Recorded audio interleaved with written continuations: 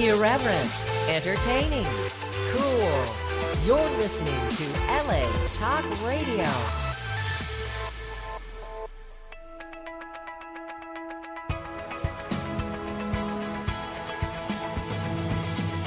You're listening to Question Reality with Priscilla Leona, right here on LA Talk Radio.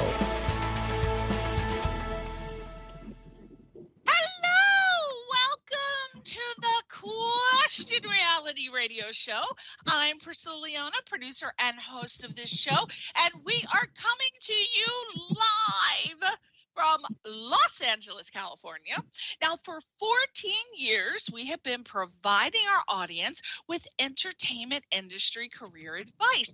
And this show is definitely for you if you are questioning your career reality about pursuing a career in show business, or if you're already working in the entertainment industry and you just need some tips, advice, or resource information on how to elevate your career status.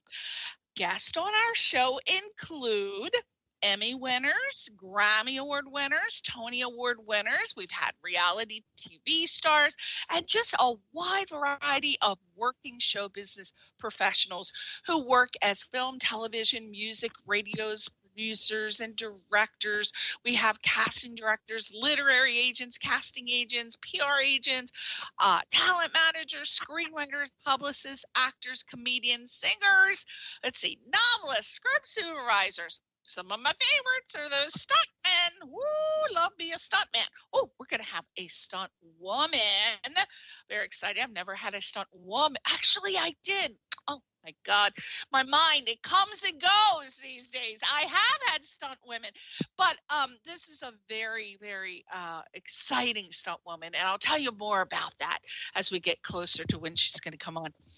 We have celebrity makeup artists, entertainment lawyers, just the list goes on and on. So if you missed any of our shows, here are the 3 ways that you can listen to any of them. Number 1, the free mobile app, which is obviously from the App Store or the Google Play Store. We're also on iHeartRadio, iTunes, Amazon Podcasts, Google, Audible.com, Stitcher.com. We're all over the place. We are there. We are there for your listening pleasure.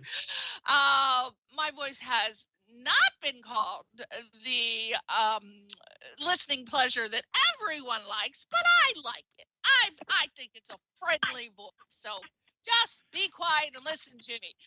The last way is the archive page. So you can listen directly from the website that you're listening to us on right now, latalkradio.com. Just look for our show title, Question Reality, or look for my name, Priscilla Leona, under the host tab. And lastly, we ask a little favor, a little friendly favor. We ask that you please subscribe to our podcast via Apple Podcasts, and also to please give us a little like and a follow on all of our social media pages. We're on all the social media platforms: Facebook, Instagram, Twitter, LinkedIn, YouTube. Recently, I have started a TikTok. I have become obsessed with TikTok. I don't know what is wrong with me, but I'm telling you that TikTok is addictive. My husband's like, oh no, you don't want to be on TikTok. And then he has to go through all these conspiracy theories. But you know what? I love TikTok and I'm going to be on there. I just think it's absolutely wonderful how you can have immediate access to some of your favorite celebrities, and they're just really digging TikTok too, because they're in their homes and they're doing dancing and singing and talking. And never before, when I was a little tiny kid, I was obsessed with Donny Osmond. Never I think I get to watch him on TikTok in his home just talking. I'm like, whoa, Donny Osmond. Most of you don't know who the hell Donny Osmond is, but you know what? He used to be everything when I was a little tiny girl. But anyway, TikTok, yes, we're on TikTok too. Finally, if you want to be booked on our show to promote and showcase your talents, current and upcoming projects or products, you want to sell some of your products, or you just want to help listeners by providing so much appreciated entertainment industry career advice. Now, here's where you got to focus. You know how we all have like 5-second attention span. So now I need your 5 seconds. You have to go to our official website, which is questionrealityradioshow.com. questionrealityradioshow.com, not the website that you're listening to us on now, which is obviously latalkradio.com. This is the website where we air the show. So again, go to questionrealityradioshow.com, and that's where you can see the annual guest schedule, and you might want to go there and take a peek at who the upcoming guests are and check out their sites. If there's a particular career that you're interested in, it's perfect to go to, because you might want to be a script supervisor, and then I have, you know, the name of the person and then the script supervisor, and that way you can know in advance exactly what show you want to tune into. So questionrealityradioshow.com. Also, you can submit. That's where you go to submit to be booked on our show. So you just click the contact link. And really, really, really easy and short. We just need your name, email, title, and website. So again, questionrealityradioshow.com. Now, for the most exciting part of the show, when the guest comes on. Now, let me tell you who we have today. We have this, I think she's one of the most beautiful women to gaze upon. Like, if I were a man, I would totally hit on her. I'd be like, Linda Palmer, I have money. I have a trust fund. Let's make it happen, girl. Let's go to Amsterdam and walk up and down and smoke doobies all day. Not that I ever did that, you know, but that might entice somebody. I don't know. I'd have to see what she's into. But she's a beautiful, beautiful woman. I always think she's a Viking from my ancestry, because she's got this beautiful blonde hair and this, pearl skin, and she's just so beautiful to me. Anyway, her name's Linda Palmer. She's a writer, a director, a producer, and a production designer. She is the founder and CEO of Runaway Productions, and I want you to go to all of her sites, please, and give her a little follow, a little thumb. We all need a little thumb these days. But the website that I want you to go to is runawayproductions.tv. Now, do you know she is the only person that I know that has that .tv extension? They came out about 10 years ago, and I thought, I think I should snag that. I was seriously thinking about getting that .tv, but you really have to be actively doing things that would coincide with having a .tv. And I'm like, yeah, I'm not going to do it. But anyway, it's runawayproductions.tv, and she's also on IMDb under Linda Palmer. She is, she's so lovely. She has worked with some of the most talented people in the business. I love having her on. She's always she is a well full of information. Like, there's nothing this woman doesn't know. So that's why I try to bring her on as much as possible. So without further ado, let's just get her on and get her going. Welcome to the show, Linda Palmer. Thank you for having me, Priscilla. It's lovely to be back. Oh my God. Linda has been on my show for so many times over the years. She's always a fan favorite. She just really gives such great information, and she always has the coolest projects, and I just love having you on the show. Now, very exciting. You are in your car right now doing this interview because you are on your way to, I believe, you just won an audience award for Best Documentary Short at the Silicon Beach Film Festival last week for What We Share. Linda and I share this. We are obsessed with Halloween. So her documentary is Halloween Obsessed Haunted Attractions. So exciting for people who love Halloween stuff. So, but all of your projects, they win awards. There's nothing that I've ever known you to do that you haven't won an award. You're just a little old award winner, aren't you, Linda Palmer? Well, we have won a few awards. Yes, you won awards. There's no shortage. Your shelf is it's tilted. All the awards are falling off the edge because it's tilted now.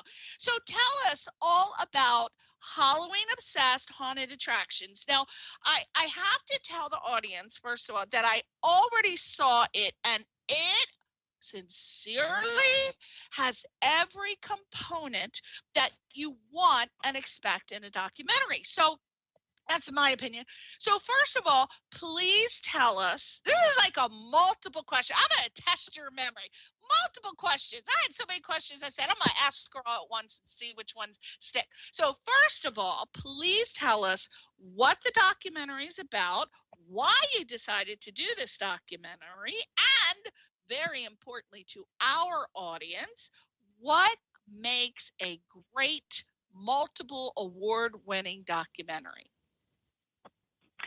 So I think what I'll do is I'll tackle the why we did this first. Okay. So what happened was obviously COVID Yeah. a couple of years ago. And, we had been doing a lot of narrative and short films prior to that, but we really didn't know what the future was going to be like after the pandemic. And so we started thinking about other things that we would want to do if we weren't, if it was radically affecting the industry. So, and what I mean by that is there were a lot of things that were going to change in the industry, a lot of things specifically to protect people on set, which needs to happen. And like having the health people there and, just being super safe and having all of these just criteria met through the various unions. So when we started seeing that, we just didn't know as an independent company, because that's what we are, we're an indie company, how that would affect us being able to do movies. And largely that's because a lot of our stuff is definitely under $1 million. Some of it's under a couple $100,000, but regardless, it's a whole bunch of money. And if you lose even a day of filming, it radically affects you, and it could actually shut you down. You could essentially not be able to finish a film, which would really cost you that whole budget. And so it became something that was really concerning to us. So we just started looking at different things. I mean, obviously we love film. Documentaries have started to become more popular. We've been enjoying them ourselves, because we were looking for things to watch, and we found ourselves just really being drawn to a lot of documentaries. And so we thought, we're going to try and give that a go. And so my husband and I invested in some film equipment, and we started learning to shoot. We started learning to edit. We started learning to light, to do sound. And those are all things that we used to hire people for. So, we decided, okay, for our first documentary, because we're learning all this stuff, we want to start with something that will at least keep us going, right? Like we won't want to give up.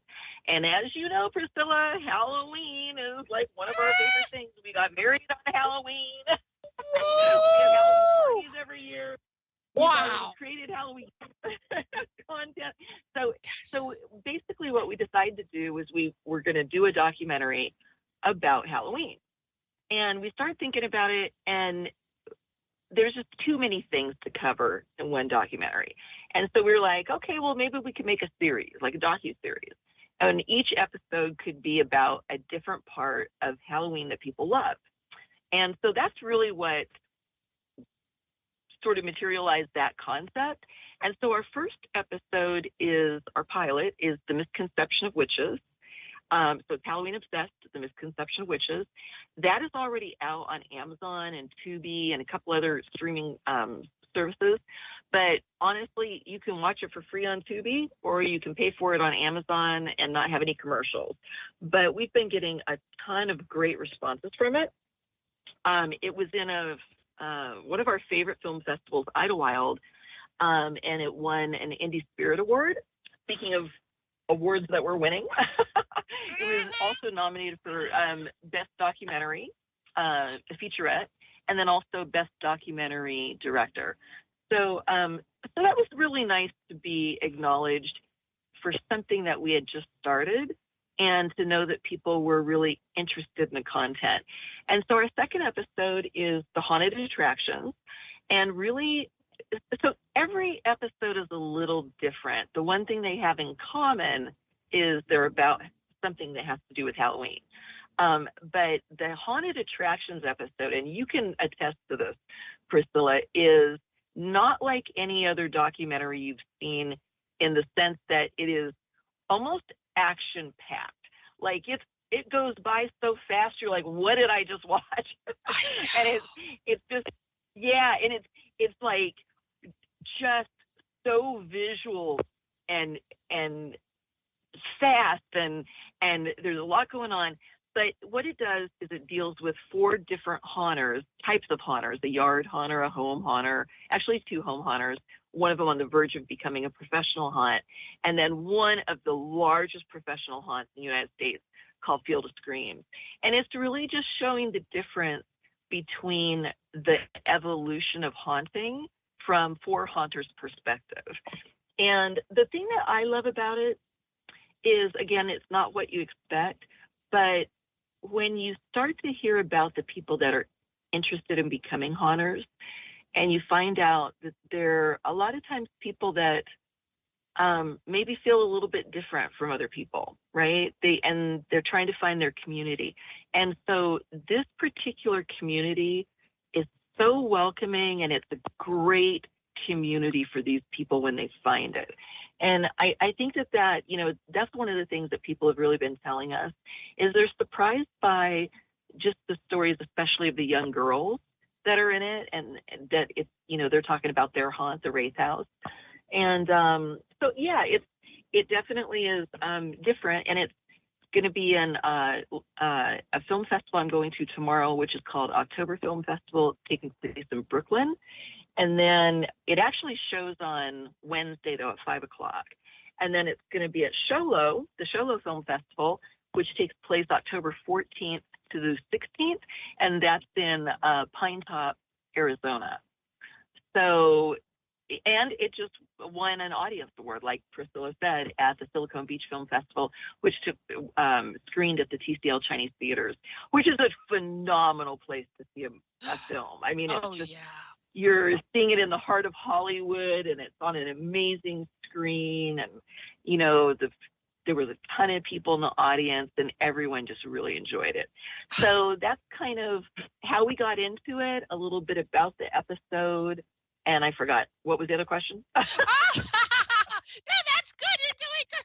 I just wanted to say I loved Halloween Obsessed for so many reasons, but what I loved most was all of the information about how Halloween began, the history and the reason of why it got started. And I thought, I never thought to look it up before, but since it's presented to me, I find it utterly fascinating, because when you think about why Halloween started, you're like, wow, I cannot believe that. That is so interesting. Can you just tell us briefly about how and why Halloween started, which is in this Halloween Obsessed Haunted Attractions version? Yes, absolutely. And it's so funny that you mentioned that. Thank you for bringing it up, because there is an element, obviously, of teaching about these different parts in every episode. So in The Misconception of Witches, you learn so much about that community, right? Which is, people don't really realize. But in the haunted attractions, one of the people that we have in it is Lisa Morton, who is an author, and she is an expert on Halloween. She's been writing books about it, encyclopedias for years, and she's also a yard haunter. So she added a really nice element to it in teaching about how haunts even started happening, or why people decorate for Halloween, right? And it was a really interesting thing when Ray Davis is one of our producers, and she was one of the people that helped me with the script on this. We were doing a lot of research on it and found that, this is my favorite story. What happened was, in the Depression era, Halloween was becoming more of a vandal holiday, right? Like, kids would come out and they'd start, causing more and more damage in every town. And in 1933, papers actually dubbed Halloween Black Halloween because there was so much vandalism going on. And so parents were trying to figure out how they could stop these teenage boys from being, such a problem. And they came up with this idea of having these little house-to-house parties. And so, like, at one house, they might give them a little costume. At another house, they might give them a little treat. At another house, they might have them go through a little maze and scare them. And that is literally what started this tradition of having these Halloween get-togethers and little scare moments, whether it's in a yard or in a house or in a basement, which goes into home haunting. So it really, really, it was a fascinating part of the discovery, but there were so many things, like even the fact that how much Halloween gets its roots out of France, which most people would have no idea about. Mm-hmm. Mm-hmm. Yeah, that was one of the fascinating things. I'm like, France? What? I had no idea. Know, right? What? How did France? So the stuff that is packed in to that documentary, you just have to watch it. If you love Halloween, even if you don't love Halloween, I think if you watch this, you will become a Halloween obsessed lover. But I just loved how somebody decided to put a little pamphlet together and say, well, this is how you're supposed to celebrate Halloween. And it was sort of like a guideline for parents, because I would imagine back then, come on, 1933, we were in the height of the Depression. If anything, what I first thought of was, this is a way for, I hate to even think about it now, but this was a great way for kids to actually get something to eat, because back then kids were going for, parents and children were going for days without any food, and this was a great way for them to get something to eat, which it broke my heart even thinking about that. But people don't think about that. That was one of the reasons. And somebody else told me, it wasn't in your but when I brought it up at a party, they said, oh yeah, one of the reasons was, so your documentary became the topic of discussion about the Depression era. So I would highly recommend. Oh, that's funny. Yeah, it really is. It's a great topic. For example, for people who are single and you're going to some parties, you want to talk about Halloween obsessed haunted attractions, because I bet you anything, if you watch this, there are so many things that you're not going to know about. When you go to the party, you'll have so many things that are interesting to talk about. You might get a new girl. You might get a boyfriend. You might get a girlfriend. And people will go, wow, you're so interesting. I want to know everything else you know. But so many things packed into that particular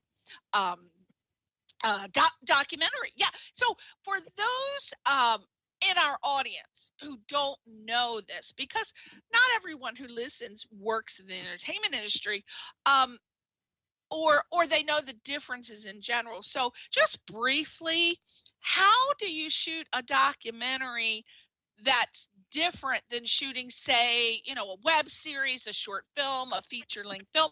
What would you point out are maybe 3 major differences or things you should be thinking about if you want to shoot a documentary?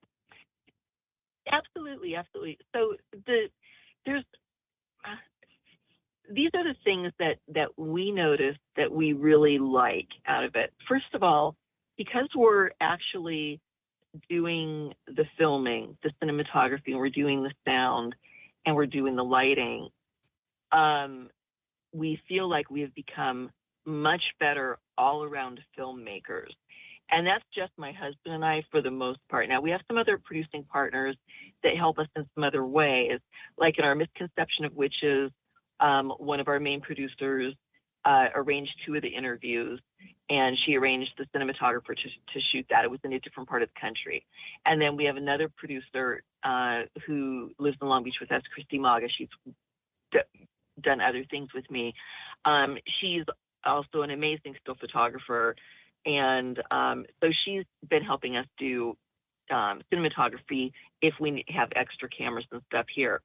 But literally the whole process of you being involved in all of those aspects literally makes you an all-around better filmmaker.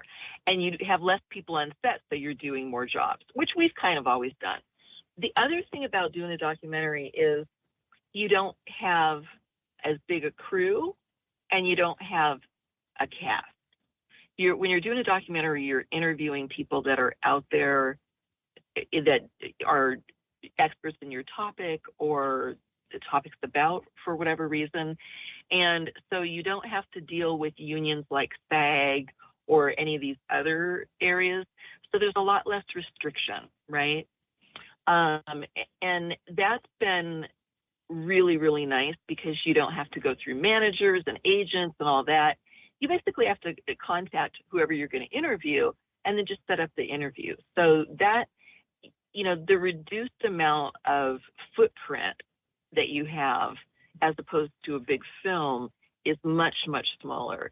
And then on that topic of being smaller, obviously there's a lot less cost. So, when you're producing a documentary, you're putting a lot less money into it, and so the chances of returns are a lot greater. And we're already seeing that, just having one episode out, like we are seeing returns unlike what we've seen with our narrative. So those are probably the 3 biggest things I'd say is becoming, number 1, an all-around filmmaker, number 2, having a much smaller footprint and not having to deal with as many people or unions and all of that, and number 3, having a better chance of, recouping money, actually having revenue because the cost is so low. So, one thing I want to make sure, if anyone's listening, they're like, oh my God, Linda just told me how to do a documentary. I'm going right out and do it. I want to point out that it's very important that you also think about incorporating. This is so mandatory. You must have release forms because I have. Oh, absolutely. Oh, you know what? I just thought about that. I thought, oh, we got to talk about that because I just ran into a friend of mine who was shooting a documentary, and the next thing you know, the person, and she didn't do the release form. She was young. She didn't even, I don't know how she didn't know, but she didn't know. And she shot the whole documentary. And then I guess these people got together and decided they did not want to have their story told, and they tried to sue her. And I said, oh my gosh. Right. So tell us how important this is, and how does one go about doing that? Okay, so I briefly just covered 3 things that we enjoy about the documentary process, but absolutely you need to cover your bases like any other production that you're working on. You need release forms from everybody, and it's most ideal if you're as upfront in the beginning and tell people what your concept is, what your goal is with the documentary, so they're not surprised, and then get them to sign the form. Having someone try and sign a form afterwards is just, you're asking for problems, and you just absolutely want to have that up front. I think you also just really need to be prepared, right? Like you can't script out what they're going to say because it's a documentary. It's all based on interviews, but having great questions, right? So that they can expand on them and asking more questions than what you think you might need, because you might get to a point in a roundabout way, right? And also, sometimes when they're talking, even if you don't have a question about something that comes up, continue to ask them stuff, especially if there's an interest in it, right? Because you never know when you might need or that information, or it might lead to a much more interesting part of the documentary. The one thing about making a documentary film is you really find the story through the process of interviewing. So it's not like you have a script. It's not as laid out and planned out as any film. It's, you're interviewing sometimes many people, and you might not have all of those people in that particular documentary. You're just trying to get information. But you want to get the information. The other major thing you want to get in any documentary, and you'll know this as soon as I say it, Priscilla, is B-roll. You have to get shots of stuff other than people talking, because no one wants to sit there and look at a talking head for like 20 minutes, 40 minutes, an hour and a half, whatever it is. You have to have interesting things that you cut away to. And so in like our haunted attractions episode, we actually got a lot of footage from other professional haunts in the industry where we sent them we told them, we would use their haunts and credit them in the documentary if they could, if they wanted to let us use some of their footage. So we got some great footage, and that's why it's so visually stunning, because you see haunts around the United States, right? And just this incredible, incredible footage outside of our interviewees. And I think it's, most people doing documentaries, they, do the interviews, but they don't understand how important it is to have that B-roll. Right. And I loved how the one lady actually taught us briefly how to put a haunted attraction together. I think she had such a limited space, just hundreds of feet, not that much. And she constructed, she showed us how you could construct a haunted house right in your backyard if you wanted to. So I thought that was interesting to do a DIY factor in the documentary. I think that's very important, because I want to know. I want to know how to put it. Absolutely. Yeah, so I think you covered just about every element you could think of for that particular topic. And that's why it is mesmerizing, and you can't stop for a second to blink. You're like, no, I don't want to miss anything. But it's just so well done by everyone. So I think you just did a fantastic job. Now, it's also screens, as you said, at the October Film Festival in Brooklyn. And it's a nominee, I think you said nominee for Best Documentary. So obviously you're going.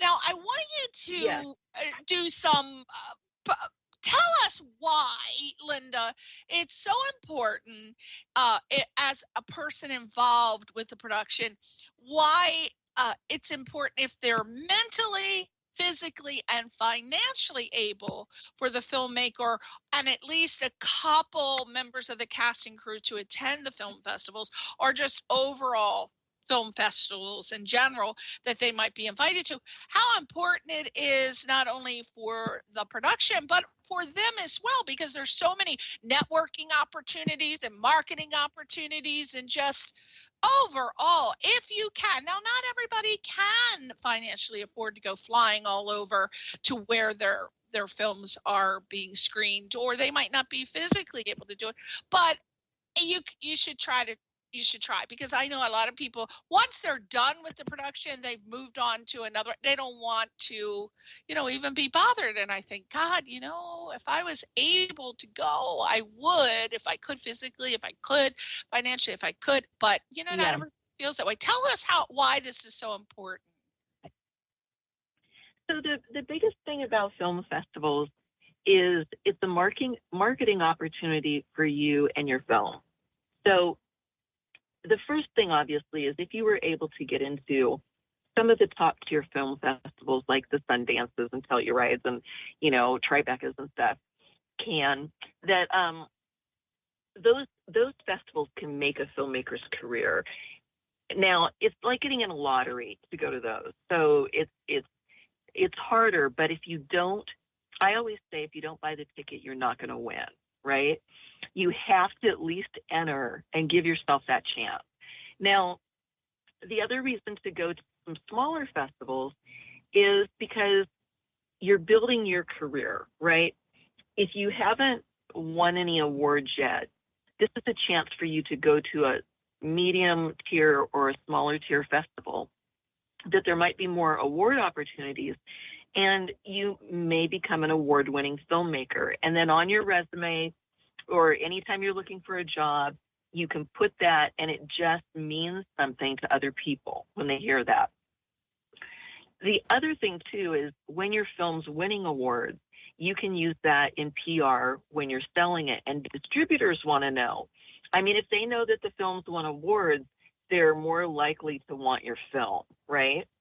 Right. And so it was interesting because on Turnover, which is a film that you were involved with several years back, we won, I think, 9 major film festival awards. Now, I don't mean major like Sundance.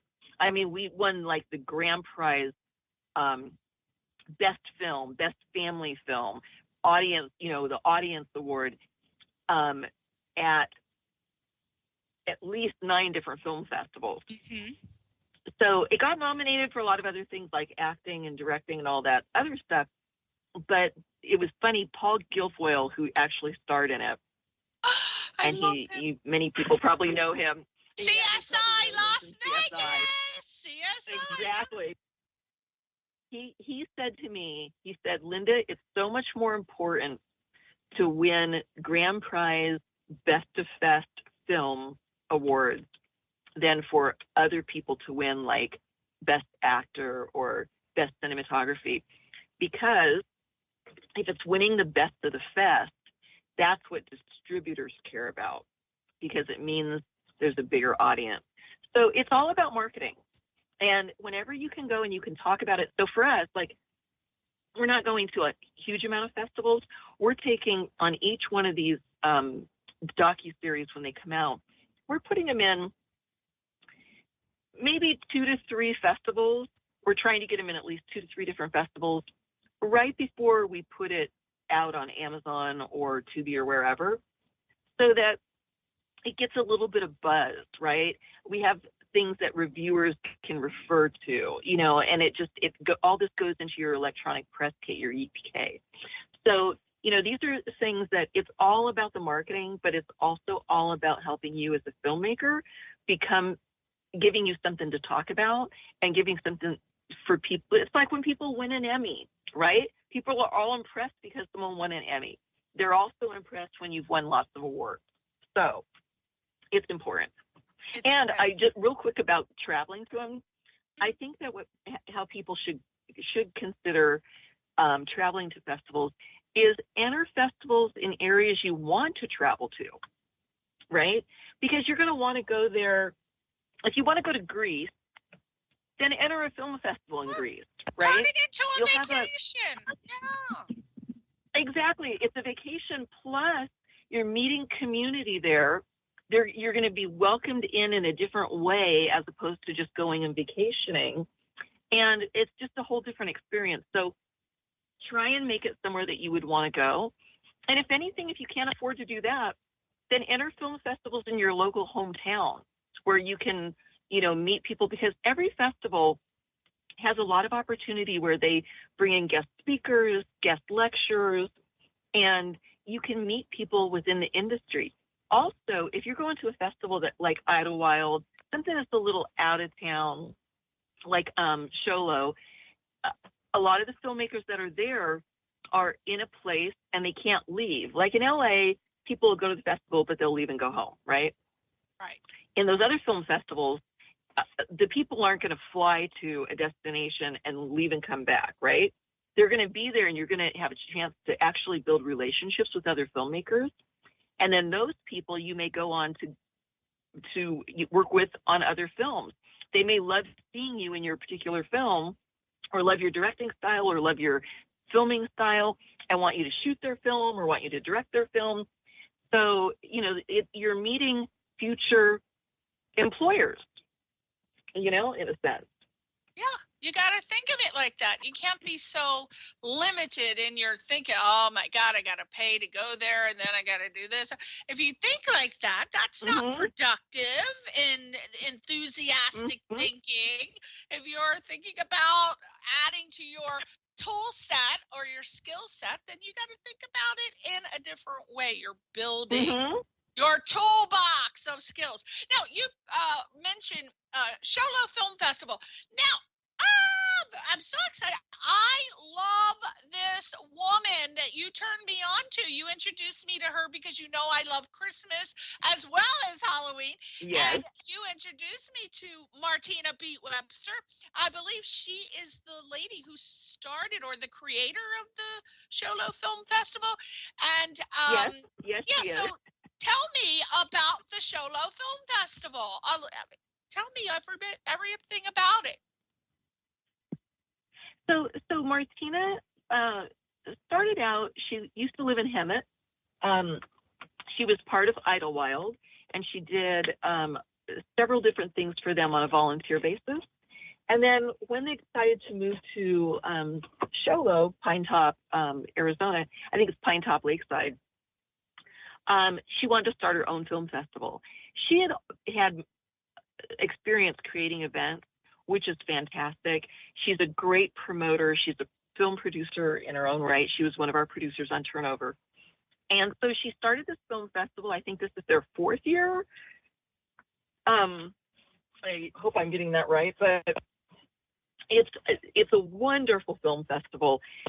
They treat the filmmakers that go there like no other film festival. They give them all of these things, all these swag bags. They have an amazing award show. They show the films in 2 or 3 different blocks, so they have a chance to be seen at different times. They do Q&As with all the filmmakers after the film, and they just really, really, they put a lot of stuff in. They bring people into like distributors or, key people that can teach certain workshop classes to the filmmakers that are there. So there's a lot going on, and we've just really, we love the Sholo Film Festival. Plus it's in a really nice, destination setting in the mountains in Arizona. It's not, not in the heart of the heat, of Arizona. You're actually up in the mountains, which is kind of nice. And that's a great time to have it. Yeah, the great time to have it because it's not so hot in October. So, yeah. Woo! Well, I'm excited because I think she's probably, most likely she's also going to be screening #Blast, which I am involved on. And thank you so much, Linda, for referring her to me. I have had such fun meeting this lady and just having interactions with her back and forth. And as you said, she is a phenomenal promoter. You two are like, yes, she is. Wait a minute. What are they? It was a show in the 70s. Penny Marshall and Cindy Williams. What was that show called? But anyway, you two remind me. Laverne and Shirley? Laverne and Shirley, yes. Laverne and Shirley. Because the two of you are equal in promoting your projects, which is so wonderful to see. Because as I've spoken to you before about this, one of my pet peeves is people who take all the time and energy to create a project, and then once it's gone, they get their credit on IMDb, they move on to something else, and they just don't do anything to continue to monetize or to promote it. And boy, that just isn't right, because these people usually will work for either nothing or very low. Right. And then they do nothing, just drop it and move on. Big pet peeve. Yeah. But boy, this lady, Martina Beat Webster, and her daughter and her whole team working on #Blessed, they're just like you. They promote it to a zenith point. So I imagine she's going to have it screened also. And gosh, I can't. Oh, I'm so upset I can't go. I would have loved to have gone, but I am excited about that because it's coming out in theaters. She's got it everywhere. It's coming out everywhere. It's coming out in local theater. Yes. Right? You know more than I do about it. What's going on with it? Yeah. No, she is. She did that film, which is a script written by her daughter, who's Dalia, who is also part of the film festival. She does the marketing stuff. And Dalia is her, she also is a great marketer. She's obviously younger, a millennial, maybe even a Gen Zer. I think Gen Z, she's just literally so attuned to marketing. The family is just an amazing marketing family. But again, that just goes to show, like, they understand how to have a film make money. And that's how you have to do it. You can't just create a project and just hope someone else is going to do something. All distributors, when they pick up your film, they still expect you to market the film so it will make money. No distributor expects to take on your film and then not have the filmmaker do something. And so if that's sort of your plan, that you're going to make a film and you think someone else is going to market it and get it out there, then you have a rude awakekening, because that's not the way it works. Yeah, just like the actors. A very rude awakening. Yeah, just like the actors some actors think, oh, I got to get an agent. Well, you know what? You are your own damn agent. Get out there and pound the payments. I mean, they're not going to take you on if you're not doing anything, but that's a whole different topic. So we got 3 minutes. I want to find out are you still, real quick, do you still have the wonderful Bat Chat podcast? Because I want people to go to your website. I don't know if you're doing it anymore, but just go to her website for these particular reasons. That she had started a Bat Chat podcast, which I was so excited to be on with her friend Ray. And what this entails is it's Bat Chatter topics. So they cover things like guest interviews, they have paranormal and psychic, and they have the scream queens and haunts and events and movie and people and costumes, which I love, and Halloween decor, which I live for. Halloween food. I sent you a link for some TikToks because I am blown away by the various things that people come up with the food. Right. But anyway, the traditions and history of Halloween. So you were doing a podcast called Bat Chat Podcast. Are you still doing that, or? Yes, we are. We are doing it. They're coming out about once a month right now because we've been so busy with the docuseries. But basically, we focus on all things Halloween and movies because we're both producers. So that really drives a lot of our guests.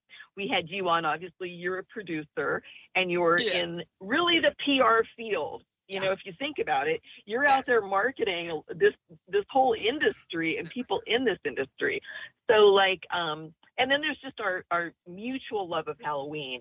So there's that. But you mentioned something, because it is a super popular topic, which is like the psychics and mediums and all that. That's our next episode for the docuseries. Our episode is called Living with the Paranormal, and it's 3 mediums and psychics, actually 4. It's 4 that are talking about how they can't turn off their connection to the paranormal. It's always there, and it's about how they live with it. And it's a fascinating episode. Oh, so that if they go on your website now, is that something you're going to be shooting, or it's already up there now? No, we've already shot it. We're editing it now, and that one we're hoping will be out early next year. It'll probably be in festivals like January, February, hopefully, and then out in the public in March. But that's the next episode. Oh, well, you know what? Talk to me me privately about getting Robert Englund to do maybe an interview. I don't know if he'll do it, but he's a mutual friend of a friend. So wouldn't that be great to have him come on? Oh my gosh. All right, funny. girl. Well, you know what? Our time as always, we start talking. Next thing you know, I feel like Carol Burnett where I got to ring my earlobe because it's time to say goodbye. But for everyone, please go to Linda's website. It is runawayproductions.tv. But I guess if you put .com in, I don't know, maybe it'll navigate you. But Linda Palmer, runawayproductions.tv. And please go to her website just to see the podcast for the Bat Chat. And then, of course, the Halloween Obsessed. But it is on Tubi TV, Netflix, you said, or Prime Video? Where is it? No, it's on Amazon and Tubi TV. Tubi TV. Go now. It's perfect.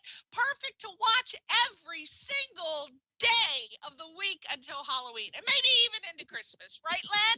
Yes, and we're really looking at putting out an episode every 3 months. So about every 3 months, there should be a new episode. If you go to our website and go to the Halloween Obsessed tab, then you'll see the various ones that are coming out in the future.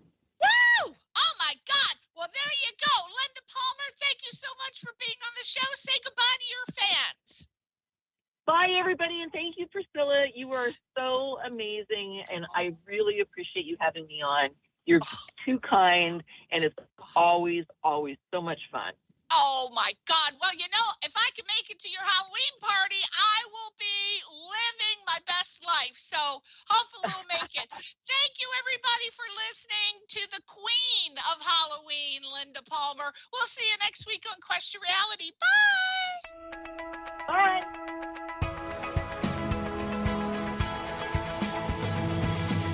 You're listening to Question Reality with Priscilla Leona, right here on LA Talk Radio.